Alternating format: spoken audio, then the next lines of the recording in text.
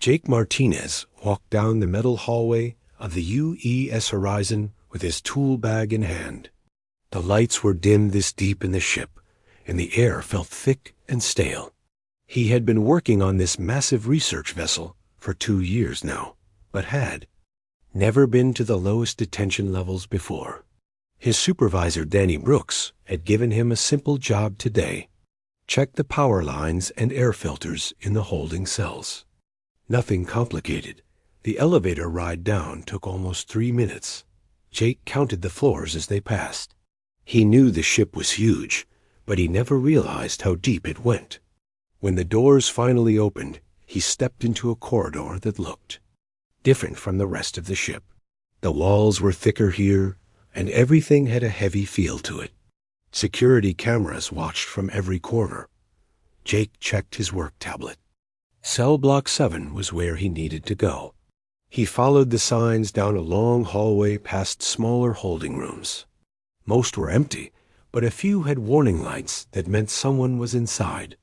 He tried not to think about what kind of prisoners needed to be kept this far from everyone else.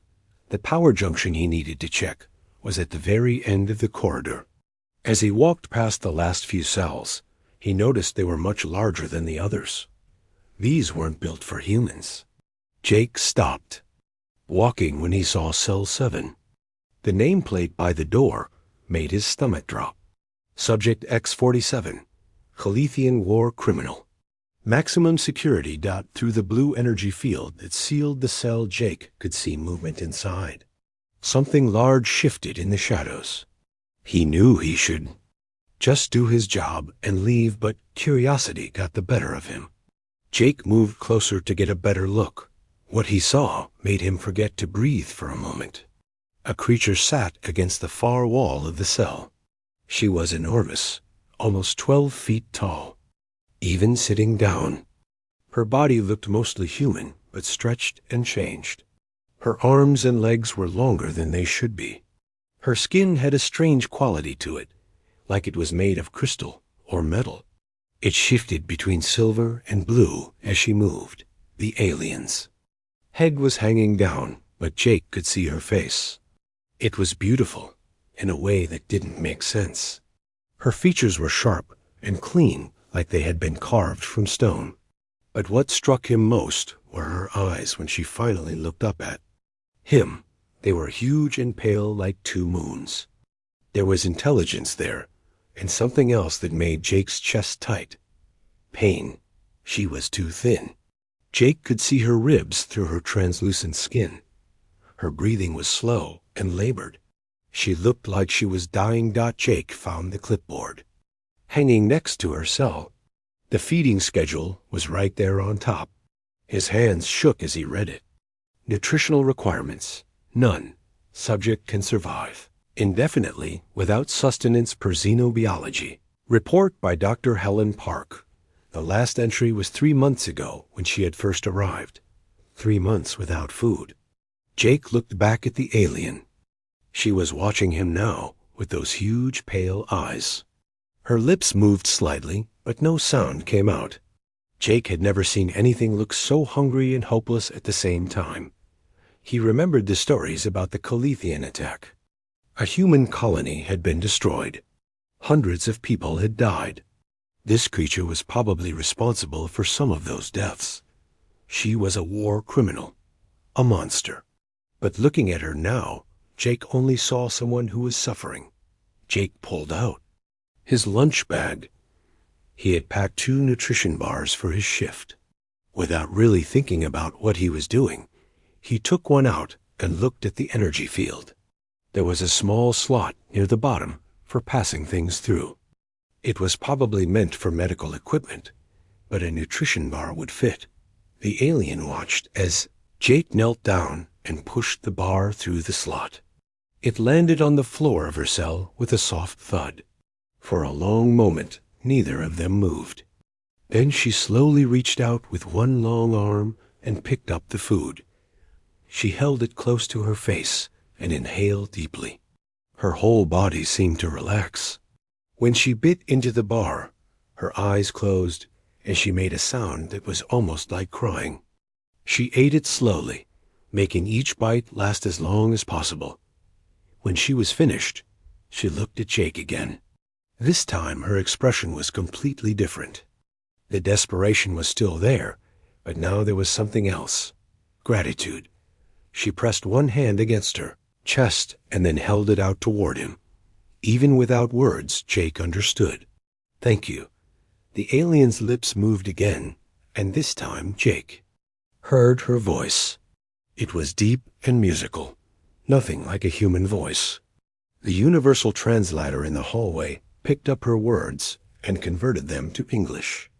Thank you, small kind one. Jake stood up quickly. His heart was racing. He had just fed a war criminal. He could lose his job. He could face charges. But when he looked at her one more time, he knew he would do it again. Whatever she had done. Before, right now she was just someone who was hungry and alone. He grabbed his tools and hurried to the power junction. His hands were shaking as he worked, but he managed to finish the job. All the while he could feel the alien watching him. When he was done, he walked back past her cell. She was sitting up straighter now, and her eyes followed him as he passed Dot at the elevator. Jake stopped and looked back. The alien raised one hand in what might have been a wave. Jake lifted his own hand in response before the elevator doors closed. Between them, on the ride back up, Jake tried to convince himself that he had made a mistake, that he should forget about what he had seen and never go back down there. But even as he thought it, he was already planning his next visit. He had more nutrition bars in his locker. The alien would be hungry again tomorrow. Jake Martinez had no idea that his small act of kindness had just changed everything.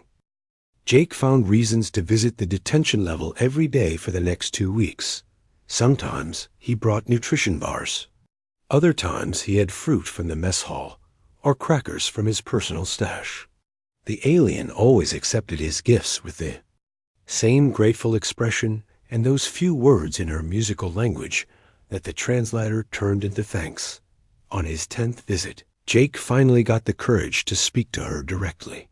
He sat down outside her cell with his back against the opposite wall. The alien watched him with curious eyes as he pulled out his lunch. My name is Jake, he said, pointing to himself. The translator would convert his words to her language, just like it did the other way around. The alien tilted her huge head to one side. When she spoke, her voice was softer than before. I am called Zaralin in your words. The sound is not quite right, but it is close enough. Jake smiled. Zaralin. That's a pretty name. Pretty, she repeated, testing the word. This means something pleasing to see? Yes, beautiful. Nice to look at. Zaralin touched her face with one long finger. I do not think I am pretty now. I am too thin. My light is dim. Jake looked at her crystalline skin. Now that she mentioned it, he could see that it didn't shine as brightly as it had when he first saw her. You look better than you did 2 weeks ago. The food is helping. Yes, you have given me strength. Why do you do this thing? The question caught Jake off guard. He thought about it for a moment. Because you are hungry. Because no one else would help you. But I am your enemy. Your people fear me. They call me monster. Jake shook his head. You're not my enemy. I don't even know what you did. Zaralin was quiet for a long time. When she finally spoke, her voice was full of sadness. We attacked your colony world. Many of your people died. I was there. I helped make it happen. Why? Jake asked. Because your people poisoned our water. Our children were dying. Our leaders said we had to fight back, or we would all be dead. Tears ran down her face, glowing faintly blue as they fell. I did not want to hurt anyone, but my little brothers were sick. My parents were getting weaker every day. Jake felt something cold in his stomach. We poisoned your water, the mining ships. They dug deep into our world and pulled out metals. What they left behind leaked into our rivers. The water turned black. Plants died. Animals died. People died. Zaralyn wiped her eyes. Thousands of my people gone. I didn't know, Jake said quietly.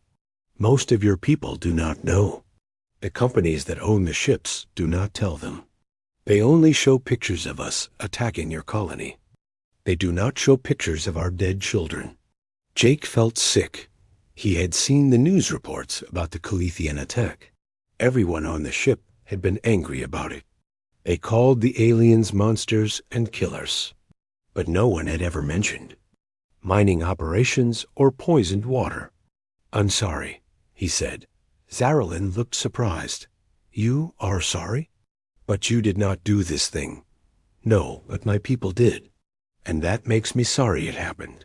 Your people, Zaralyn said slowly. Tell me about your people. What are they like when they are not fighting? So Jake told her. He talked about Earth and the cities and the forests. He told her about music and movies and books. He described his family back home and the job he had before joining the space service. Zaralyn listened to everything with intense focus, asking questions about things she didn't understand. In return, she told him about her world, about crystal cities that grew from the ground like flowers, about floating gardens that moved through the sky, about how her people lived in harmony based on their size, with the largest taking care of the smallest. On my world, I am not large, she explained.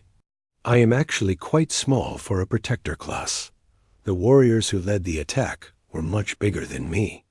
Some were 20 feet tall. You're 12 feet tall, and you're considered small?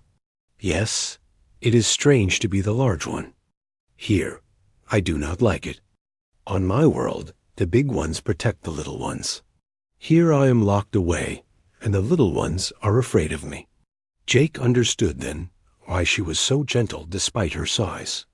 On her world, being big meant being responsible for others. It meant being kind and protective, not scary. Their daily conversations became the best part of Jake's day. Zaralyn was incredibly smart and curious about everything. She picked up new English words faster than the translator could keep up. Soon they were mixing languages, with Jake learning basic Calithian phrases while Zaralyn practiced human expressions. She was especially fascinated by human music. Jake started bringing his tablet so she could listen to different songs. She loved classical music best, saying it reminded her of the wind singing through the crystal spires of her home city. But their secret friendship couldn't last forever. On Jake's 20th visit, he found Lieutenant Commander Steve Patterson waiting by Zaralyn's cell. The security chief's face was red with anger. Martinez, what the hell do you think you're doing? Jake's heart sank. He had been so careful, but someone must have seen him coming down here too often. Sir, I was just feeding a war criminal and having nice chats with her. Patterson grabbed Jake's arm. I've been watching the security footage, you idiot. Do you have any idea what you've done? Behind the energy field, Zaralyn stood up to her full height. Her eyes were fixed on Patterson, and Jake could see worry in them. It's okay, Jake called to her. Everything will be okay. No, it won't. Patterson snapped. You're under arrest for violation of security protocols and fraternization with enemy combatants. Captain Rodriguez wants to see you immediately. As Patterson dragged him away, Jake looked back at Zaralyn one more time. She pressed both hands against the energy field and spoke in English, her accent thick, but the words clear. Thank you for everything, Jake Martinez. You showed me that not all humans are the same. I will not forget your kindness. Jake tried to answer, but Patterson shoved him into the elevator. As the doors closed, he wondered if he would ever see her again. He also wondered what would happen to her now that no one would bring her food. The thought made him feel sick, but he didn't regret what he had done. Zaralyn wasn't a monster. She was someone who had lost everything and been forced to make terrible choices, just like he was about to do. Captain Lisa Rodriguez sat behind her desk looking tired and angry. Jake stood at attention while Lieutenant Commander Patterson paced back and forth beside him. Chief Petty Officer Danny Brooks was there too, shaking his head in disappointment. 20 visits, Martinez, Captain Rodriguez said, looking at the security report. 20 times you went down to that cell against direct orders. 20 times you fed classified enemy combatant. Do you understand how serious this is? Yes, ma'am, Jake replied. Do you? Because your little friendship might have compromised our security. That alien could have gotten information from you. Ship layouts, crew numbers, anything. She never asked me about any of that, Captain.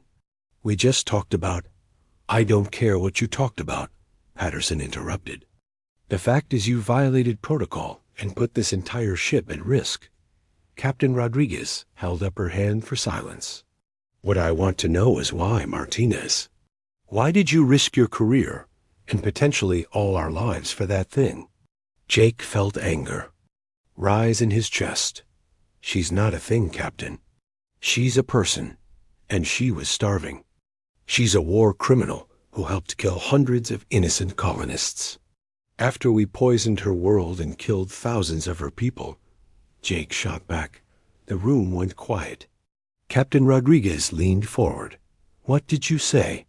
The mining operations, Captain. They poisoned the Calithian water supply. That's why they attacked the colony. It wasn't unprovoked aggression. It was retaliation. That's impossible, Brooks said. The reports never mentioned any mining operations. Because the companies that did it covered it up, Jake explained. Zarelyn told me what really happened. Her people were dying from contaminated water. The attack was their last desperate attempt to get our attention. Captain Rodriguez and Patterson exchanged looks. Even if that's true, the captain said, it doesn't excuse what she did. And it doesn't excuse what you did. Before Jake could respond, alarms started blaring throughout the ship. Red warning lights flashed, and the intercom crackled to life. Bridge to Captain Rodriguez. We have multiple system failures. Environmental controls are offline. Navigation is down. Engineering reports total engine shutdown. Captain Rodriguez grabbed her communicator. What's the cause? Unknown, Captain. The systems just started failing one by one. Chief Engineer Butler says he's never seen anything like it. Within minutes. The situation got worse. Life support began fluctuating. Gravity generators started glitching, making everyone feel slightly weightless. The lights dimmed and brightened randomly. Captain, came another voice over the intercom. This is Dr. Amanda Foster in medical. I'm getting reports of electronic devices failing all over the ship. Tablets, communicators, even medical equipment. Jake felt a chill run down his spine. He had seen something like this before in the technical manuals. Captain, I think I know what this is. Speak up, Martinez. It's a digital parasite. The Calithians developed them as weapons. They infect computer systems and slowly destroy them from the inside. How do you know about that? Before Jake could answer, a new voice came through the ship's intercom system. It was deep and musical and speaking perfect English. Captain Rodriguez, this is the prisoner in Cell 7. I need to speak with you immediately. Your ship is in great danger. Everyone in the room froze. Patterson grabbed his communicator. Security to detention level 7. The prisoner has somehow accessed our communications. No, came Zarelyn's voice again. I have not accessed anything. The parasite inside me is doing this. It has been growing stronger, and now it is consuming your ship's systems. Parasite? Captain Rodriguez demanded. A weapon my people placed inside my body before I was captured. It was meant to activate after 3 months and destroy whatever ship was holding me. But Jake's kindness delayed it. The food he gave me. helped me fight it longer than expected. Dr. Foster's voice came over the intercom from the medical bay. Captain, I'm reading the alien's bioscans now. There's definitely something foreign in her system. It's integrated with her nervous system, and it's putting out some kind of electromagnetic field. The parasite feeds on my life force, Zarlin continued. But when Jake brought me food, it gave me strength to resist. Now the parasite is fully active. It will consume all your computer systems within 2 hours. Then your life support will fail completely. Why should we believe you? Patterson shouted. Because I am telling you how to stop it. The parasite can be removed, but only if you trust me. And only if Jake helps. Captain Rodriguez looked at Jake. Why you? Because he knows this ship better than anyone. He has worked in every system. And because the parasite does not see him as a threat, it will let him get close. The ship shuddered as more systems failed. Emergency lighting kicked in as the main power grid started shutting down. Captain, came Chief Engineer Butler's voice. Whatever this thing is, it's spreading fast. I'm losing control of everything. We've got maybe 90 minutes before life support fails completely. Options? Captain Rodriguez demanded. We could try evacuating to the escape pods, Patterson suggested. 800 crew members? Dr. Foster's voice came back. The pods can't hold everyone, and we're too far from any habitable system. We'd be floating in space for months. The only option is to trust her, Jake said. Zarlin has no reason to lie. If the ship dies, she dies too. She's probably lying to get out of her cell, Patterson argued. Then we're dead anyway, Jake replied. But if she's telling the truth, she's our only chance. Captain Rodriguez was quiet for a long moment. The ship shuddered again, and more alarms sounded. Finally, she made her decision. Martinez, Brooks. Patterson with me. We're going to detention level 7. As they headed for the elevator, Jake felt a mixture of fear and hope. He believed Zarlin was telling the truth. But he also knew that whatever she was planning would be dangerous for both of them. The elevator ride down felt like the longest 3 minutes of his life. When the doors opened, they could see Zarlin standing at the front of her cell. Her crystalline skin was pulsing with strange patterns of light. Thank you for coming, Captain, she said. We do not have much time. The parasite is almost ready to kill your main computer core. When that happens, everyone on this ship will die. How do we stop it? Captain Rodriguez asked. I must interface directly with your ship's systems, but the process will probably kill me. The parasite and I are too connected now to separate safely. No, Jake said immediately. There has to be another way. Zarlin smiled at him, her pale eyes full of sadness. You have already saved me, Jake Martinez. You showed me kindness when no one else would. You gave me hope when I had none. That is enough, but Jake wasn't ready to give up on her. Not after everything they had shared. What if someone helped you? What if you didn't have to do it alone? Zarlin looked at Jake with surprise. Help me? How could you help with this? I know the ship's systems better than anyone, Jake said, moving closer to her cell. I've worked on every deck, every circuit, every computer terminal. If you need to interface with the ship, I can guide you through it. It is too dangerous, Zarlin protested. The parasite will try to infect you too. It could kill you. Better than letting everyone on this ship die, Jake replied. Captain Rodriguez stepped forward. What exactly are you proposing, Martinez? A neural link, came Dr. Foster's voice over the intercom. She had been listening to everything from the medical bay. If we can create a connection between Martinez and the alien, he could serve as a buffer during the interface process. That's insane, Patterson said. We don't know anything about alien biology. The link could fry his brain. The ship is dying, Steve, Captain Rodriguez said quietly. We're running out of options. The lights flickered again, and the ship's engines made a grinding sound that everyone could feel in their bones. Through the walls, they could hear other systems failing one by one. "Captain," came Chief Engineer Butler's voice, "I'm reading total cascade failure across all networks. Whatever you're going to do, you need to do it now." Zaralyn pressed her hands against the energy field of her cell. "Jake, if we do this thing, you will see everything in my mind, all my memories, all my pain. The things I did during the attack. Are you prepared for that?" Jake didn't hesitate. "Yes, and you must know that if we succeed, we will be changed. The neural link cannot be broken once it is made. We will be connected forever. I understand." Captain Rodriguez made her decision. "Brooks, shut down the containment field. Patterson, get us to the computer core. Foster, we need that neural interface ready in 10 minutes. "Captain, this is a mistake," Patterson argued as they released Zaralyn from her cell. "Maybe," Rodriguez replied, "but it's the only mistake we've got." Zaralyn had to duck to fit through the corridors as they made their way to the ship's central computer core.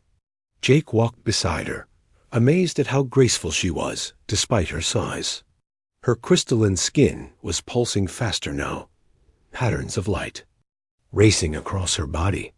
"A parasite knows what we are planning," she said quietly to Jake. "It is trying to stop me from helping you. Can you fight it?" "For a little while, but not much longer." The computer core was a massive chamber in the heart of the ship.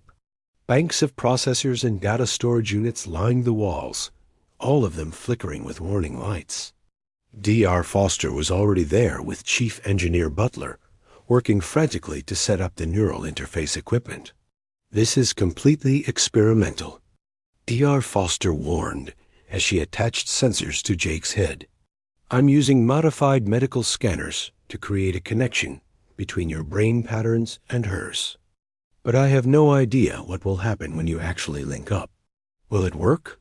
Captain Rodriguez asked. "In theory, yes. Jake's human neural pattern should confuse the parasite long enough for the alien to isolate it from the ship's systems. But the process could kill both of them." Jake looked at Zaralyn as Dr. Foster prepared her equipment. The alien's eyes were closed, and she was taking deep breaths, preparing herself for what was coming. "Ready?" Dr. Foster asked. "Do it," Jake said. The moment the neural link activated, Jake's world exploded into sensation. Suddenly, he wasn't just himself anymore. He was also Zaralyn, experiencing her memories as if they were his own. He saw her homeworld as it had been before the mining operations. Crystal cities that grew from living rock, their spires reaching toward a purple sky. Floating gardens filled with plants that sang in the wind.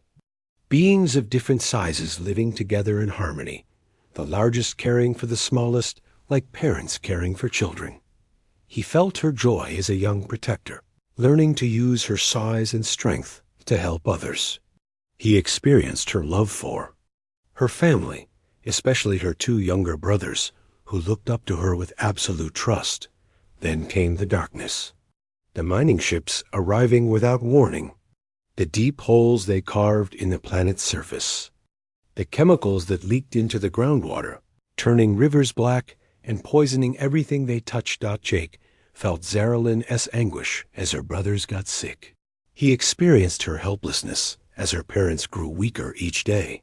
He shared her rage when the human mining companies ignored all attempts at communication, treating the Calithians like animals whose lives didn't matter. The decision to attack the colony had torn her apart. She was a protector, trained to preserve life, not take it. But her people were dying, and the humans wouldn't listen. The attack was their only way to make the universe pay attention to their suffering. Jake lived through the battle itself. He felt Zaralyn's horror at the violence, her desperate attempts to minimize casualties, her grief when colonists died despite her efforts to protect them. She had participated in the attack, but she had hated every moment of it. But he also felt something else through the neural link, the parasite that had been growing inside her for months. It was like a living shadow, feeding off her life force and spreading through her nervous system. And now it was trying to spread to him. "I can see it," Jake said through gritted teeth. "The parasite. It's like a virus, but it's alive. It's trying to get into the ship's main processor." "Can you stop it?" Captain Rodriguez asked. "Not alone," Jake replied. "But together we can isolate it." Working through the neural link, Jake and Zaralyn began to trace the parasite's connections to the ship's computer systems. Jake's knowledge of the ship's layout helped them navigate the electronic pathways, while Zaralyn's understanding of the parasite's nature let them predict its behavior. The process was agonizing. The parasite fought back, sending waves of pain through both their minds. Jake felt like his brain was on fire. Beside him, Zaralyn collapsed to her knees, blue blood running from her nose. "It's fighting too hard," she gasped. "I cannot hold it much longer."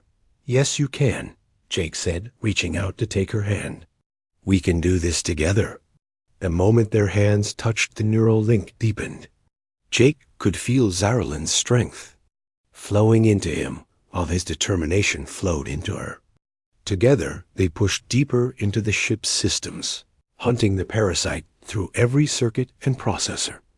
They found it in the main computer core, a writhing mass of digital infection that was seconds away from destroying the ship's central intelligence. But now they could see it clearly, and together they were stronger than it was. "Now," Zaralyn said. They struck as one, using Jake's knowledge of the system to trap the parasite while Zaralyn's mental strength contained it. For a moment, the creature fought desperately, sending waves of agony through both their minds. Then suddenly it was over. The parasite died with a sound like breaking glass. All around them, the ship's systems began coming back online.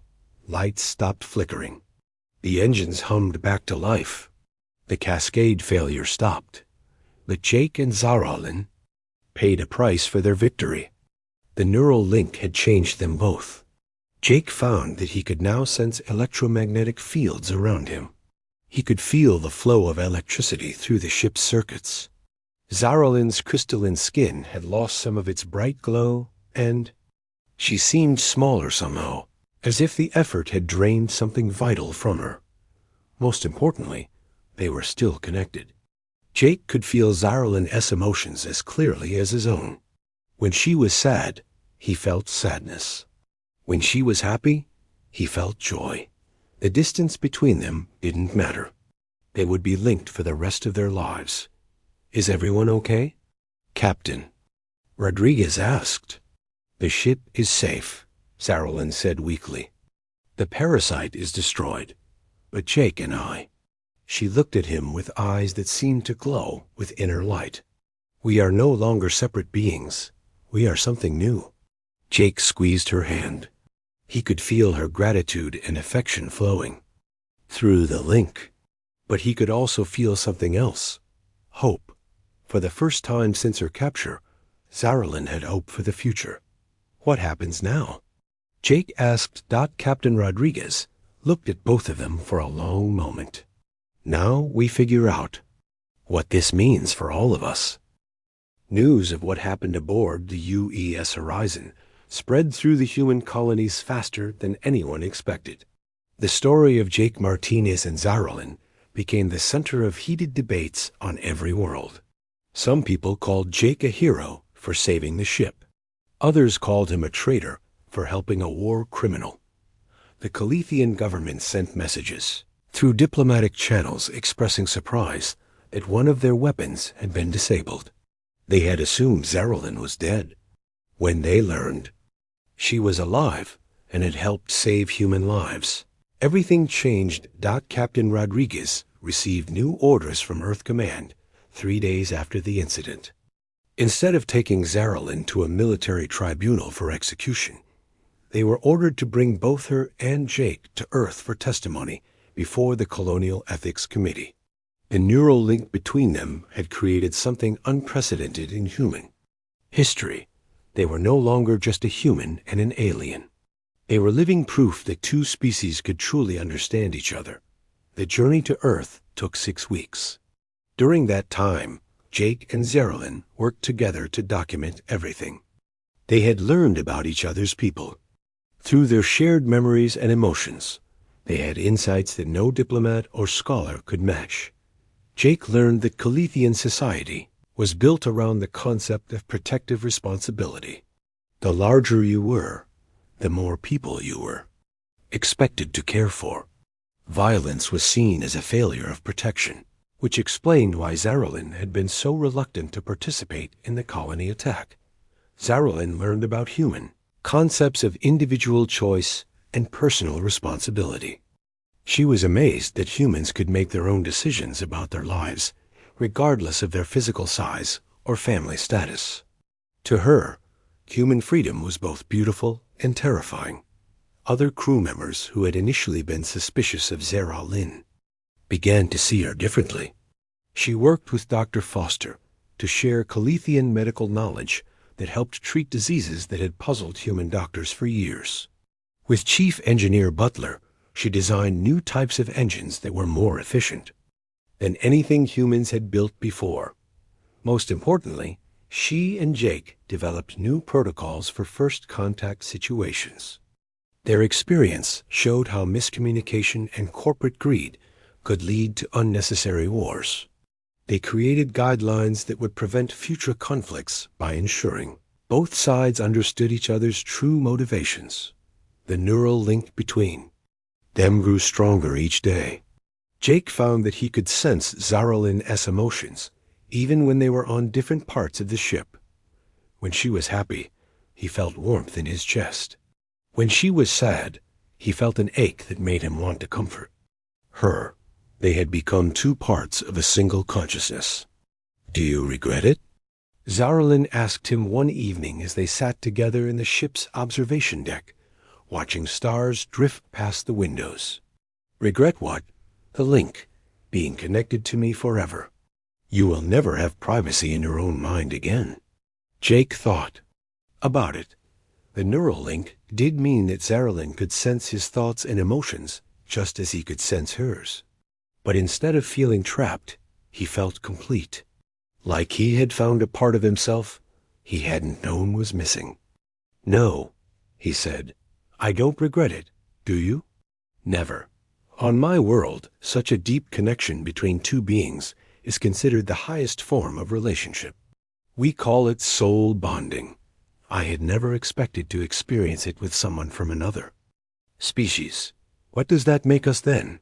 Zarolin considered the question. Partners, in every sense of the word. When they finally reached Earth, Jake was amazed by the crowds waiting for them at the spaceport. Some held signs calling them heroes. Others demanded that Zarolin be executed as planned.